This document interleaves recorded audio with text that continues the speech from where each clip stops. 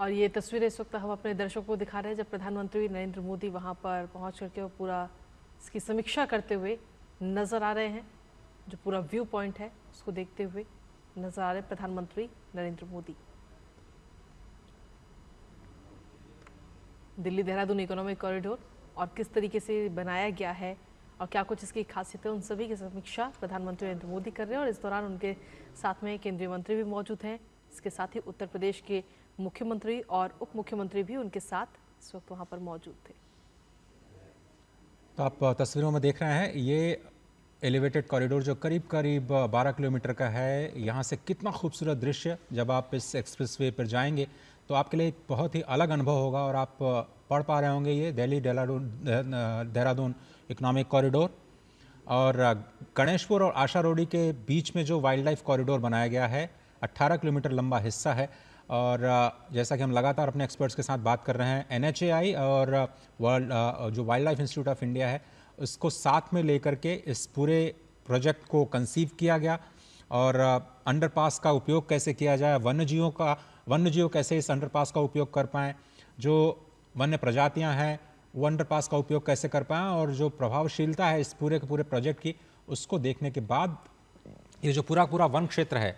जो बाघ, हाथी, ग्रेटर हॉर्नबिल और किंग कोबरा जैसी जो कुछ लुप्तप्राय प्रजातियां हैं वो भी यहाँ पर पाई जाती हैं बड़ी संख्या में। और गणेशपुर और आशा रोडी के बीच में जो 20 किलोमीटर लंबा कुल एरिया है, इस हिस्से में जहाँ पर प्रधानमंत्री इस वक्त व्यू पॉइंट देख रहे हैं वो करीब करीब 10.97 किलोमीटर लंबा अंडरपास है। उस अंडरपास के बिल्कुल करीब जहाँ पर व्यू पॉइंट बनाया गया है, और ख़ास तौर पर पशुओं की निर्बाध आवाजाही कैसे सुगम की जाए उसको, और कंस्ट्रक्शन कैसे किया गया इस पूरे प्रोजेक्ट की जानकारी लेते हुए प्रधानमंत्री नरेंद्र मोदी अपने तरह का पहला एक्सेस कंट्रोल्ड हाईवे सिस्टम, जिसमें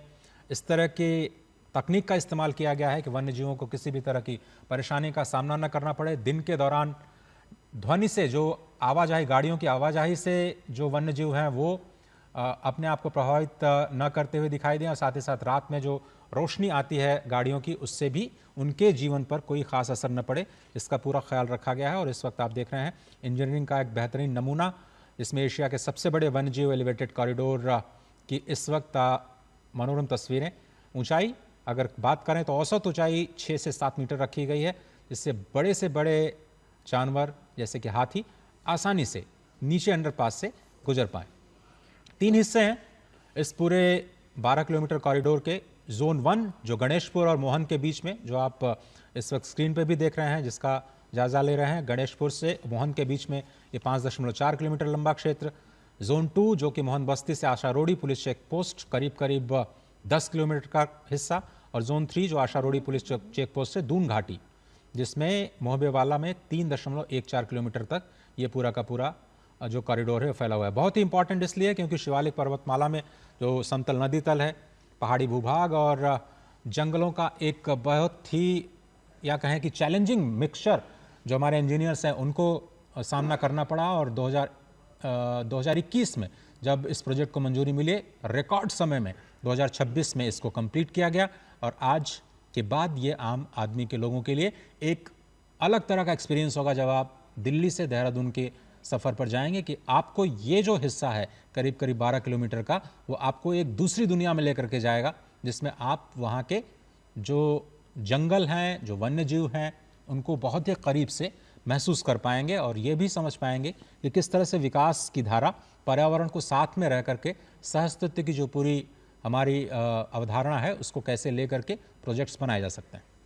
बिल्कुल उसका जीता जागता ये उदाहरण है। और इसके साथ ही अगर इस गलियारे की बात करें तो ये खास तौर पर पर्यटन को भी बढ़ावा देगा, और साथ ही जो आर्थिक केंद्र है उनके बीच में संपर्क बढ़ा करके पूरा जो एरिया है, पूरा जो क्षेत्र है उसमें व्यापार भी बढ़ेगा और विकास के लिए नए रास्ते भी खोल करके और क्षेत्रीय आर्थिक विकास को सुदृढ़ करने के लिए अपनी एक महत्वपूर्ण और अहम भूमिका निभाता हुआ नजर आएगा। क्योंकि इस परियोजना की अगर हम बात करें तो प्रधानमंत्री अभी इस समय उसको पूरा देख रहे हैं, इस परियोजना के बारे में जान रहे हैं कि किस तरीके से इसको बनाया गया है, पूरा इंफ्रास्ट्रक्चर क्या है उसका,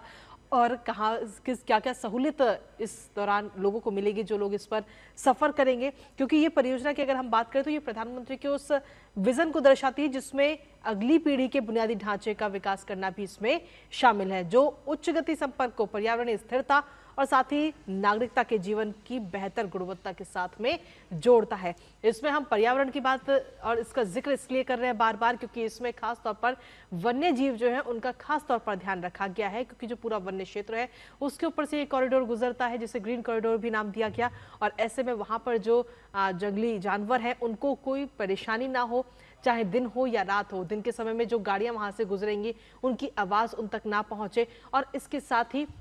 जो रात में लाइटें वहां पर लगाई गई वो ऐसी लाइटें हैं जो कीट पतंगों को अपनी ओर आकर्षित नहीं कर पाएंगी, उसका भी खास तौर पर ध्यान रखा गया है इसमें। तो आपके लिए जो यात्रा है वो बेहद ही सुगम और सीधे तौर पर बहुत सुविधा वाली होगी, लेकिन इसके साथ ही वन्य जीव का भी खास तौर पर ध्यान रखा गया। अपने मेहमानों की तरफ चलते हैं और डॉक्टर हबीब, आपसे हम समझना चाहेंगे उसी व्यू पॉइंट का जिक्र इस वक्त हम कर रहे हैं और हम तस्वीरों में भी देख रहे हैं जिसका जिक्र हम लोग लगातार करते आ रहे हैं। और आपने भी बताया कि ये पूरा का पूरा पूरी की पूरी स्टडी की गई जो वाइल्ड लाइफ इंस्टीट्यूट है उसके द्वारा, और मेरे ख्याल से 40 दिनों तक लगातार आप लोगों ने निगरानी की और उसके बाद सजेशंस दिए और आज ये इंजीनियरिंग मार्वल हम सभी के सामने है। जी बिल्कुल है, बट ये सब आप ये तो हम पिछले 1-1.5 घंटे से इस पे कंटिन्यूअसली बात कर ही रहे हैं। बट एक बहुत इम्पोर्टेंट जो बीच में एक पॉइंट आया था वो टूरिज्म का आया था। अगर आप देखेंगे जब आप दिल्ली से जब बहुत सारे इंटरनेशनल टूरिस्ट्स हमारे कंट्री में आते हैं तो वो सरिस्का रणथंभौर जाते हैं क्योंकि वहाँ पे टाइगर दिखता है। बट ये जो राजा जी वाला ये जो मोहन का एरिया है, आने वाले दिनों में मेरे ख्याल से ये टूरिज्म का एक बहुत बड़ा हब बनने वाला है। बिकॉज ये टूरिज्म के एंगल के हिसाब से दिल्ली के सबसे क्लोज वो एरिया होगा जहाँ पे आपको टाइगर भी दिखेगा और हाथी भी दिखेगा। सो उस हिसाब से भी अगर आप इसको इस हाईवे को देखते हैं, इस डेस्टिनेशन को देखते हैं, तो ये आने वाले दिनों में एक ऐसा टूरिज्म हब बनने वाला है जहाँ पे आप इंटरनेशनल टूरिस्ट्स को एक नया एक्सपीरियंस देने वाले हैं। वो एक्सपीरियंस क्या होगा? टाइगर और एलिफेंट। और जो अभी अवेलेबल ऑप्शंस है हमारे पास, जैसे राजस्थान में सरिस्का है, रणथंभौर है, वो खाली टाइगर दे सकता है, हाथी नहीं दे सकता है। तो उस विषय को भी लेके ये बहुत एक इम्पॉर्टेंट आने वाले दिनों में इकोनॉमी, लोकल इकोनॉमी के लिए भी एक बहुत बड़ा मार्वल बन सकता है। अगर जैसे लोग बात कर रहे थे कि वाइल्ड लाइफ टूरिज्म की बात कर रहे हैं, तो इस हिसाब से भी उसको डेवलप कर सकते हैं हम आने वाले दिनों में। तो इनफैक्ट अगर आप देखेंगे ये कलेक्टिव विजडम है जो सामने आया है और जिसमें से बहुत सारी चीज़ों का ख्याल रखा गया है और एक फ्यूचरिस्टिक रोड है, और जिससे ये रोड बनने के बाद खत्म नहीं बात हुई है। रोड कंस्ट्रक्ट के बाद उसके जो बेनिफिट्स जो है वो आने शुरू हो जाएंगे, और जिससे लोकल लोग, वाइल्ड लाइफ और यहाँ के जितने भी जो आसपास की स्टेट्स है उन सबको बेनिफिट। डॉक्टर अभी थोड़ा सा समझाएं हमें कि जहाँ पर इस वक्त आप तस्वीरों में देख रहे हैं प्रधानमंत्री जहाँ खड़े हैं, व्यू पॉइंट जिसे हम कह रहे हैं, क्या वहाँ पर कंस्ट्रक्शन, वहाँ पर मतलब